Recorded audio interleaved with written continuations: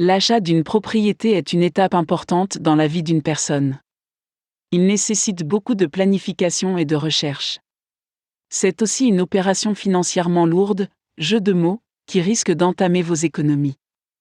Une façon de préserver vos économies serait de vous adresser à une banque et de demander un prêt. Ainsi, le coût de la maison peut être divisé et payé sur quelques années par des versements mensuels. Mais comment une banque décide-t-elle du montant du prêt qu'elle peut vous accorder? En utilisant le ratio prêt-valeur. Qu'est-ce que le ratio prêt-valeur, RPV? C'est la proportion dans laquelle une somme d'argent est prêtée à une personne. Il est calculé par rapport à la valeur de la propriété achetée par l'emprunteur. Naturellement, plus la somme d'argent prêtée est élevée, plus le risque pour le prêteur est important. En quoi cela peut-il vous aider dans votre achat immobilier? Supposons que vous ayez des vues sur un bien immobilier qui vous plaît vraiment mais que vous ne pouvez pas encore vous permettre, et que vous vous adressiez à une banque ou à un prêteur. Vous savez que vous pouvez rembourser votre dette, mais comment la banque sait-elle qu'elle peut vous faire confiance? Comment calcule-t-elle le risque de son investissement? C'est à ce moment-là qu'elle calcule le ratio prêt-valeur, le loan-to-value, LTV.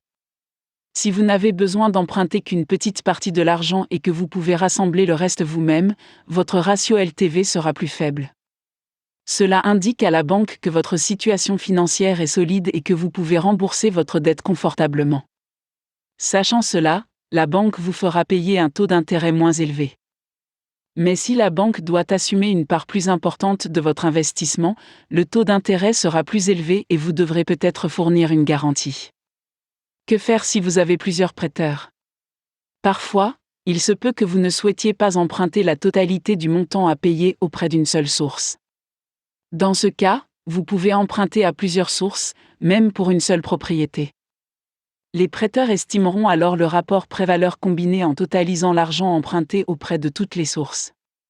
Le rapport entre cette valeur et la valeur d'évaluation du bien, ou la valeur d'achat, si elle est inférieure, donne le ratio LTV final du bien.